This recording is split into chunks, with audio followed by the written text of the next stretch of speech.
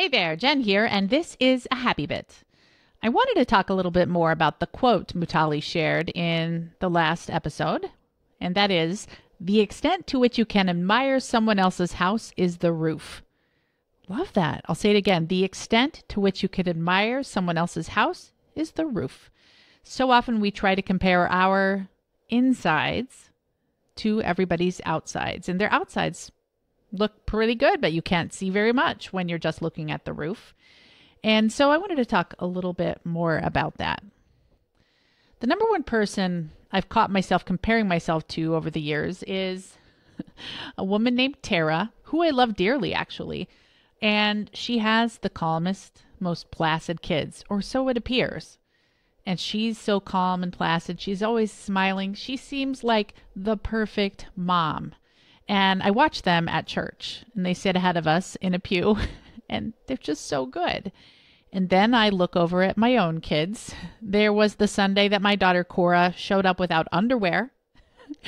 There is always some child lying on the floor, someone whispering, someone laughing, the boys giggling. And I think, what am I doing wrong? So I catch myself doing that and think, I wish my kids acted like this. So how about you? Do you catch yourself saying, I wish I could do that. I wish I had that skill. I wish I had that talent. I wish I looked like her. I wish I had her husband. All of these comparisons leave us feeling empty. So what is the antidote? To look under your own roof, to look at what you do have.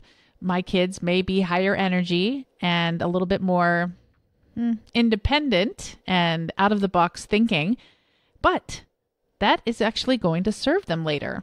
They will be able to do hard things. They will be able to stand up for themselves when they've made a decision on what they want to do. And there's always some benefits. So start to list all the good things happening under your own roof and just stay in that bubble. In our home, we have been meditating, and it has been a blast and so effective. And I love it because I can feel way more connected to my intuition in that space. And I can only imagine my kids are learning to be connected to their intuition as well. We enjoy board games. We cook together. My kids are really good at doing their chores. We get our homework done. My kids take piano lessons. There are so many good things happening here. But the best thing is that as I work on healing my heart and taking care of myself and doing what feels intuitively amazing, especially meditation, my husband is following. I can't tell you the number of times I have heard things coming out of his mouth that I just uttered a few days before. The big one right now is, can we not be in that energy? Let's shift to a happy energy. Let's shift to something more positive. These are words he never would have spoken 5 years ago. It cracks me up and I love it. I can only imagine as I grow and he continues to be along for that growth transformational ride, what is it going to look like in a year or 3 years or 5 years or 10 years?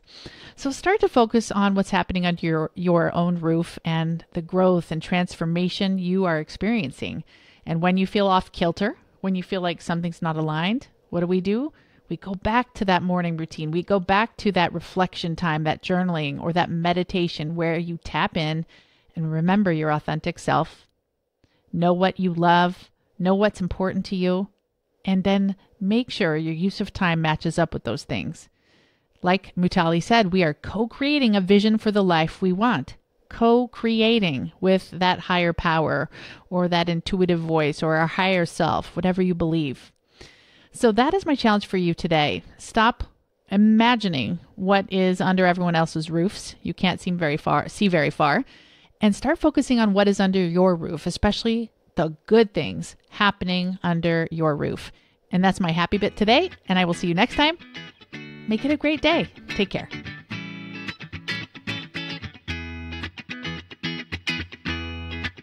Thanks for listening to the Vibrant Happy Women podcast at www.jenriday.com.